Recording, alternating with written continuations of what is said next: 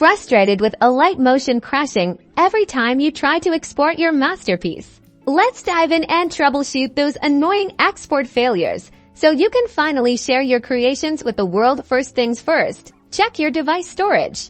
Alight Motion needs ample free space to render and export your videos. If you're running low, delete unnecessary files, apps, or transfer media to external storage.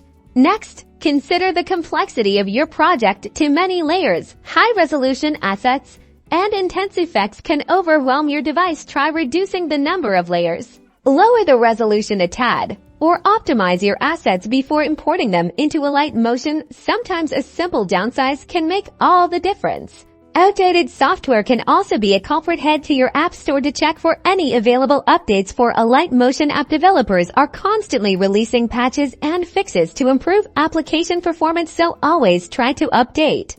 Clearing the app cache can free up temporary files that might be causing conflicts and clear up additional storage on your device. This is usually found within Alight Motion settings.